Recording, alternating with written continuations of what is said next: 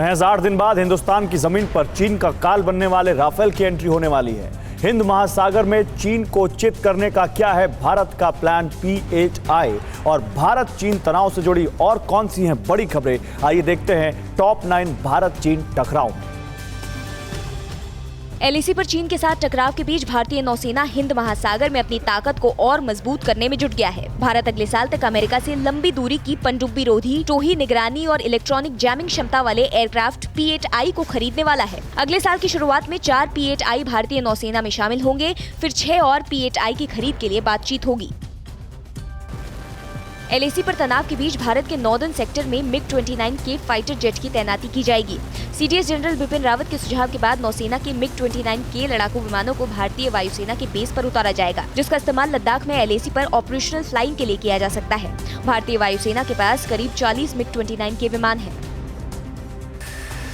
महज 8 दिन बाद हिंदुस्तान की जमीन पर राफेल की एंट्री होने वाली है। 29 जुलाई को राफेल की पहली खेप अंबाला एयरफोर्स स्टेशन पहुंचेगी, जिसमें 5 लड़ाकू विमान होंगे। राफेल को LAC पर तैनात किया जा सकता है। खबरों के मुताबिक राफेल के एयर और ग्राउंड क्रू की ट्रेनिंग पूरी हो चुकी है। फाइटर जेट में लगे वेपन सिस्टम की ट्रेनिंग भी इन्हें दी गई है।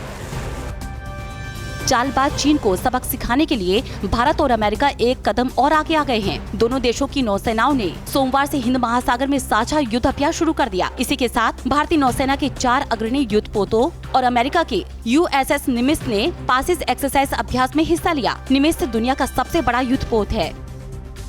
प्रधानमंत्री ने चीनी घुसपैठ को क्लीन चिट दे दी। कांग्रेस पार्टी ने भारत चीन तनाव के बीच वीडियो वॉर शुरू किया। कांग्रेस ने वीडियो के जरिए निशाना साधते हुए मोदी सरकार पर वीरों की शहादत पर चुप्पी साधने का आरोप लगाया। कांग्रेस ने कहा, प्रधानमंत्री नरेंद्र मोदी के मन में देश से ऊपर सत्ता की लालसा पल रही है।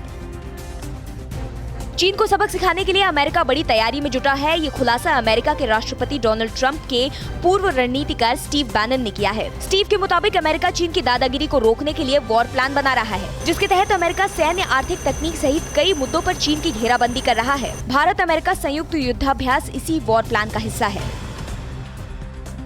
चीन की पीपल्स लिबरेशन आर्मी ने दक्षिण चीन सागर में समुद्री ठिकानों को निशाना बनाने का अभ्यास किया।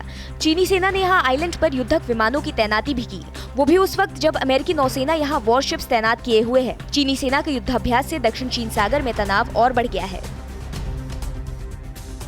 इस बीच अमेरिका ने चीन पर आक्रामक रुख अख्तियार कर लिया है। अमेरिका के विदेश मंत्री माइक पॉम्पियो ने कहा कि चीन बातचीत और डिप्लोमेसी डायलॉग में विश्वास नहीं करता है। चाइनीज कम्युनिस्ट पार्टी की आक्रामकता, बौद्धिक संपदा की चोरी और दक्षिण चीन सागर में किए अपने वादे तोड़कर चीन ने ये बात साबित कर दी है। जाहिर है, ऐसे में अब चीन से सीधा युद्ध का रास्ता ही बचता है।